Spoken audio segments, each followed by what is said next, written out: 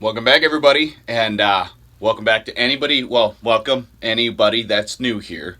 I appreciate you guys stopping by. Obviously, if you've seen the title, the thumbnail, it all describes one thing. Today is Tackle Tip Tuesday, and today's video is all about these guys, these topwater frogs. This happens to be a live target, so let's get started.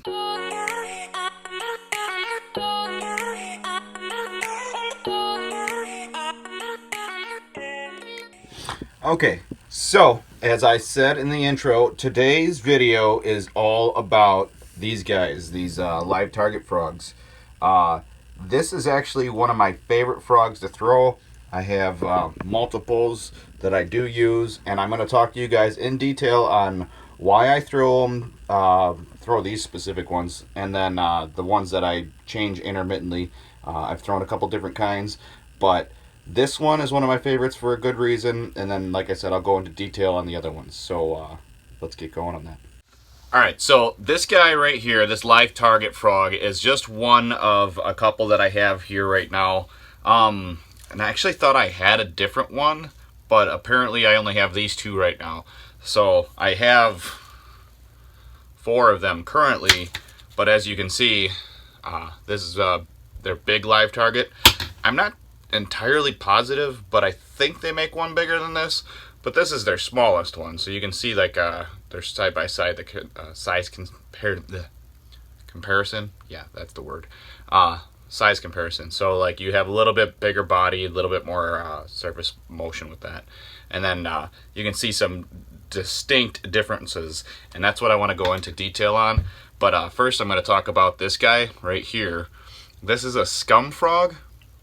And I have, I guess you would call it a purpose for each situation or scenario that I have these on. This is my old scum frog that is almost dead.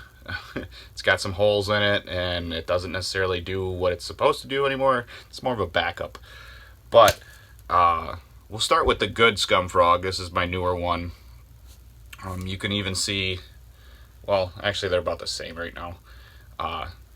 One thing I want to talk about is why I use this one for certain scenarios. So I'm going to show you like close up in detail on like the things and the reasons that I use this one specifically versus the other ones, and kind of help you guys understand like there's not one frog to be all, but you can use one frog, I guess, for frogging.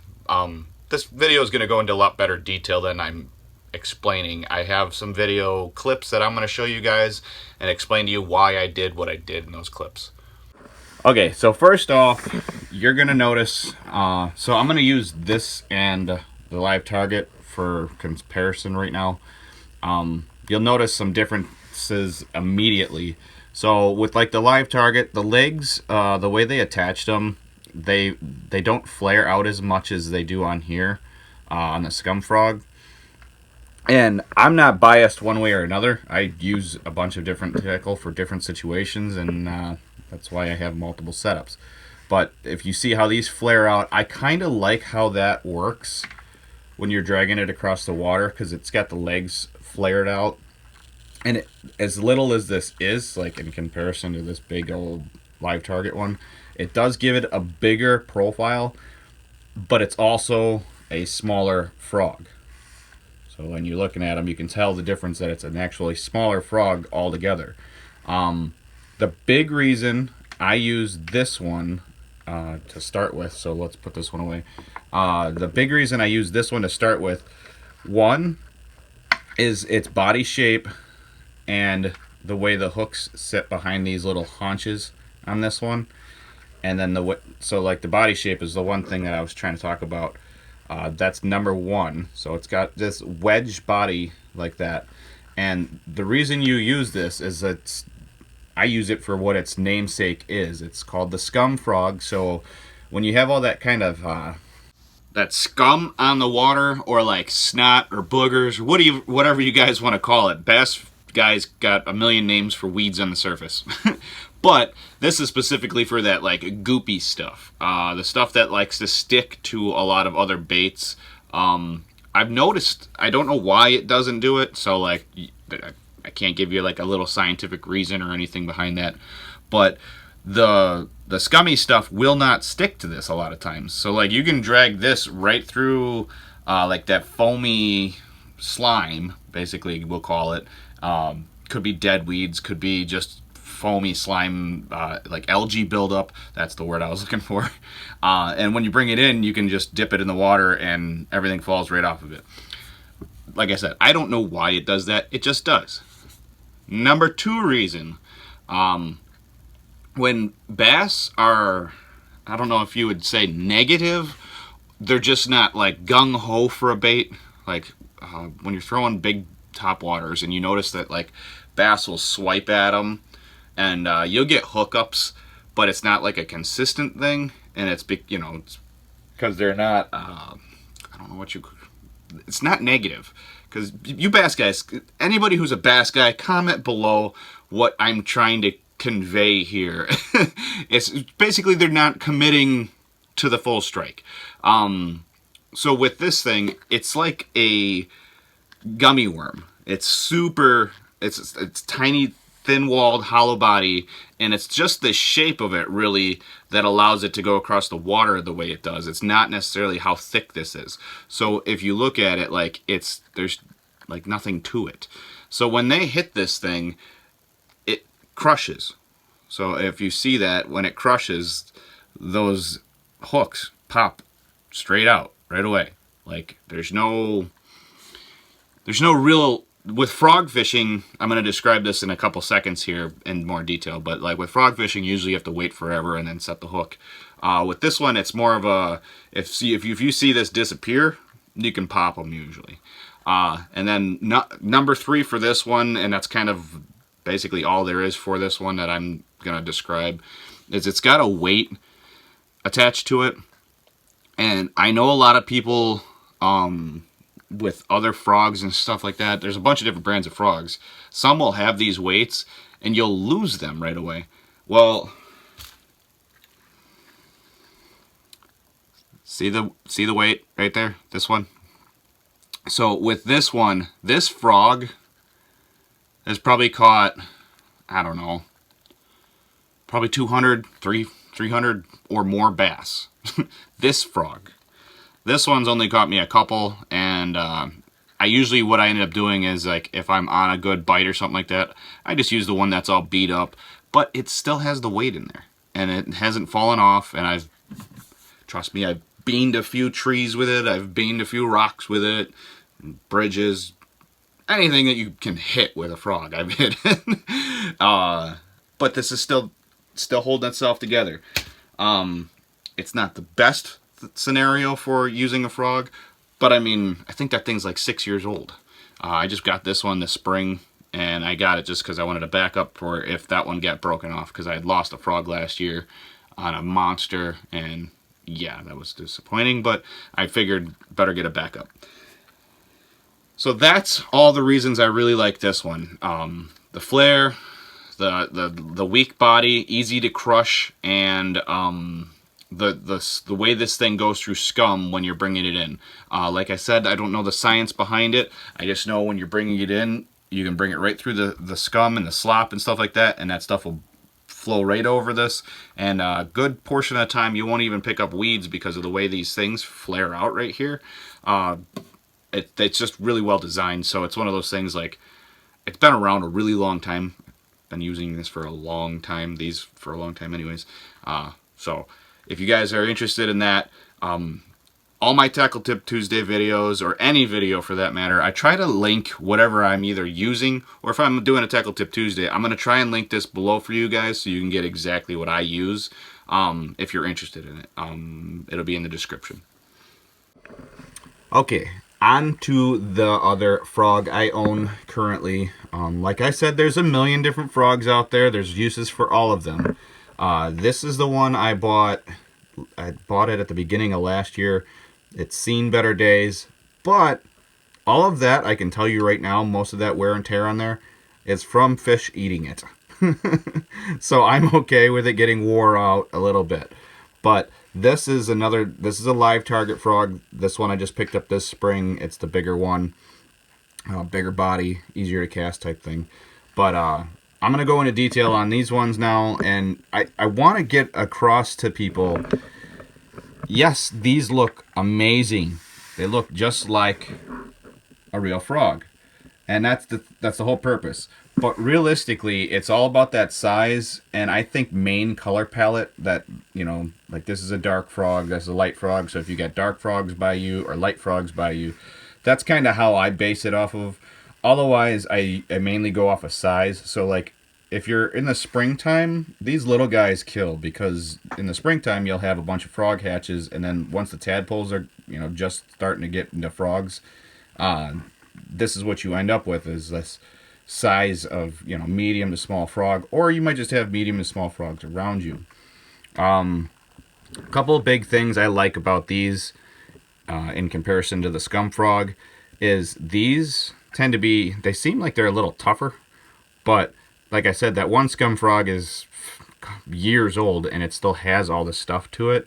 Obviously you can see the difference here between the two, new and old, and I even did that with this one. So you trim up these legs, and this frog was getting short strikes this year, and one of the commenters, actually, one of you guys subscribed or not, had commented below on cutting these real short like this, so that when they come up, they're not swiping at the legs. So I took those down to basically nubs, and I left them there to kind of guide it more so. I almost cut them off because I just wanted to see what it would do. And I'll actually just insert the clip here. Right here is me the first time out using this. I had cut those off, and well, you'll see what I did.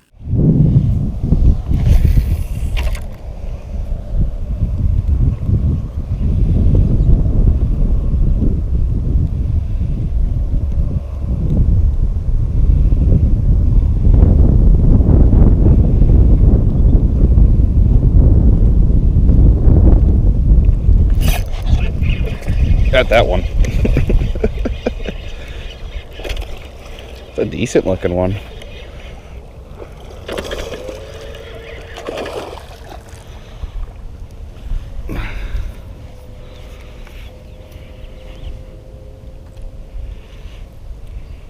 Real dark. But he choked the frog. That's all that matters. Probably like a 14. That's all it took.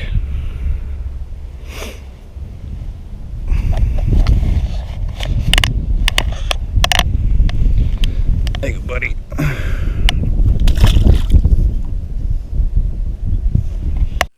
Okay, so obviously you've seen, I mean, I got a great hookup on that first fish that came in, and it was interesting because I had been having trouble with hookups with this prior, and I don't know if it's because I cut the legs down or if that fish was just more aggressive, because this is a different day. I went out with these already cut down, trimmed them with some scissors beforehand, and that made a difference. So that fish was it was good and hooked up. So this still works real good. A big thing I want to talk about with these is these bodies, like you can see them. Like, I'm trying to show you, I'm actually having to put a little bit of emphasis in this. Like, you can see they're still soft, but they're a lot thicker. They're a more durable plastic is what you could say.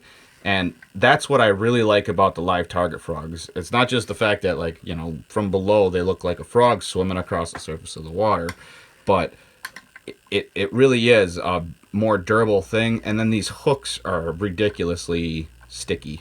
So it's one of those things, if the fish gets a hold of this and you do the proper procedure, it really is a good, almost guaranteed hookup with these hooks. I don't know what ones they're on there. I should look into that. But if you guys know what hooks come on these live target frogs, please comment below. I'd like to know. I'm always trying to learn more about these things. But this is just me trying to help you guys out with deciding, you know, to start fishing frogs or not. So like I was saying, one of the tips is cutting down the legs a little bit. So this actually had legs that were like that long, so I cut about an inch off of them, maybe an inch and a half, and made it even. I just pulled them together and cut them down, but I didn't want to take too much off because I wanted this to be a really big profile. So that's the whole reason I did that, is I wanted this to be an extra big profile compared to this. So if I go somewhere where there's big bullfrogs and there's big bass, this guy I'm sure would get bit, but this one might draw the strike of the bigger fish because they're so used to eating the bigger frogs. So you have to be mindful of what you're fishing. It kind of goes without saying a lot of times to try and match the hatch. And the hatch being either you have giant bullfrogs or you have like little toads and little frogs swimming around them. Obviously, like I said, these little ones will almost always work, especially if it's like a finesse thing and the frog bite isn't extremely aggressive, but never hurts to throw a bigger frog. Okay, so one thing I want to go into detail on, and this is for all of you that are new to fishing frogs. I am still learning stuff, but I've been fishing frogs for a very, very, very long time. It is something that is an addiction that once you start, mind you, so I have this little bag, it says frogs. I have 4 frogs here. I remember at one point when I was younger, I had a box of frogs. And when I say a box, I mean like an entire box just of frogs. So probably 15, 20 of them. Obviously they get broken off. Northern pike will eat frogs, and all of the above happens. You lose them to a really big fish. You didn't think about how heavy a line to throw, and that's what I want to help you with right now. One of the things that I want to go into detail on is how to hook up better, or how to get better hookups, what kind of line you should be throwing, and then on top of that, like a gear setup or like your rod and reel setup. Now, personally, I don't have a bait caster right now. It's just I don't have the money to go buy myself the bait caster setup I want, so I'm not going to go buy a cheap one for me. Anybody can fish with whatever you enjoy fishing with, but it would just help to have a slower gear ratio for frogs, so you're not trying to burn these things in. So when you guys are looking into bait casters or even spinning reels, like big spinning reels and stuff like that, you want to work these at a steady pace. So like a good cranking reel, something that's meant for pulling in cranks at a really low speed, or just a slow speed gear ratio reel is what you want when frog fishing. The rod you want to use, you're going to want to use something in the medium heavy to heavy action with personally, this is my personal experience, is I like one with a medium fast tip. So that means, like, this is your rod. When you set the hook, as it starts driving the hook home, the whole rod flexes, and not just a short tip with like a heavy backbone down here. So imagine this is your whole rod. It flexes when you have like medium fast. When you have the fast tip, that's like, say this is the top like 10 inches of your rod, so that starts to flex, and then suddenly you're just in this like rock hard backbone.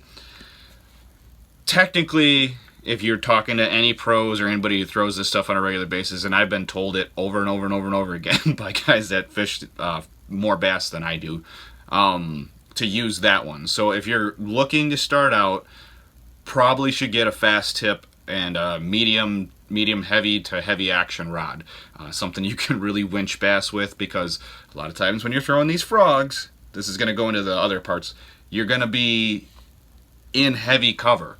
And when I say heavy cover, I mean you could be fishing over logs, you could be fishing in brush, you could be fishing in lily pads, on giant weed mats, you name it. And you have to be able to get those fish up and over the top of that stuff, or at least through it if you get stuck pulling them through it. Otherwise, you know, if you have a weak rod, it's going to make that really, really hard. The second thing you need is a good line. This guy right here, the Suffix 832, I have 30-pound braid. Now, I personally know for a fact that you can break this because I've done it, frog fishing, but it'll cast a mile with this little frog. This little guy, you can rock it to the moon. So if you're shore fishing and you're trying to cast to like the other side of a pond and cover water, this will go forever on Sufix 832 30 pound. The reason is that's an 8 pound mono equivalent, which I know a lot of guys will try to fish that, but you're just asking to get broke off if you're trying to fish 8 pound mono. The real bass guys, and this is just like coming from experience from hanging out with guys that all they do is bass fish, they run like 50 to 60 to 80 pound braid. Now, this is all personal preference at that point, but obviously if you're getting this big guy, this is the big one. If you're throwing this guy and you're looking for 5, 10, 15 pound, 10 pound bass, 15 pound would be a gigantic fish. I mean, there are fish out there that big, but either way, if you're going to try and pull anything over 5 pounds out of straight lily pads or cover or like sticks and stuff like that, you're going to want that power in that braid, and you don't want it to give, because that day will be the one you cry because you lost a giant to some sticks or some lily pads. I mean, God forbid you stick a good one and it decides to wrap you around 5 or 6 lily pads. Those things are indestructible. So let's go down the checklist real quick here. One, all these things will be linked in the description. I'll actually put the line in the description. Well, actually, I think the line's always in the description. It's under my favorite line, but I'll put it at the top. I'll list everything for you in a specific list for this video. The big thing here is this frog and this frog right here can be used in the same applications, but just remember, this one has a weight to it. This one just weighs more. This body is easily crushed. This one's a little bit tougher. I would have to say the hooks are similar. Obviously these ones I think are sharper and a much thicker gauge. So if you're looking for like super tough, super heavy duty, I would go with a live target frog. Just like if you're just gonna get one, I would go with this guy. If you're looking for options, obviously pick up a smaller one or multiples of the same one. Or you could do this. This is what I usually have and on hand at all time, is I'll have my little live target and then my small, or this is like a medium. They make a small and a large scum frog. I'm sorry, I forgot to mention that earlier. But I would go with a medium scum frog and a small live target frog. You might want 2 of these because one, you might want to cut down the legs on one of them and then leave one of them alone. Same thing with this. You might want to cut down the legs on one of them and then leave the other one with the long legs.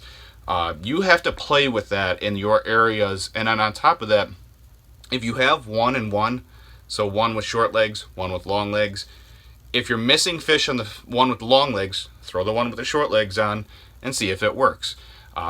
From my experience right now, it has worked. So that's a big thing. I want you guys to go out, play with these. If you have any suggestions for other frogs for me to try, I'm always down to try new baits out. That's kind of my thing. I like checking out new, it's like a new toy.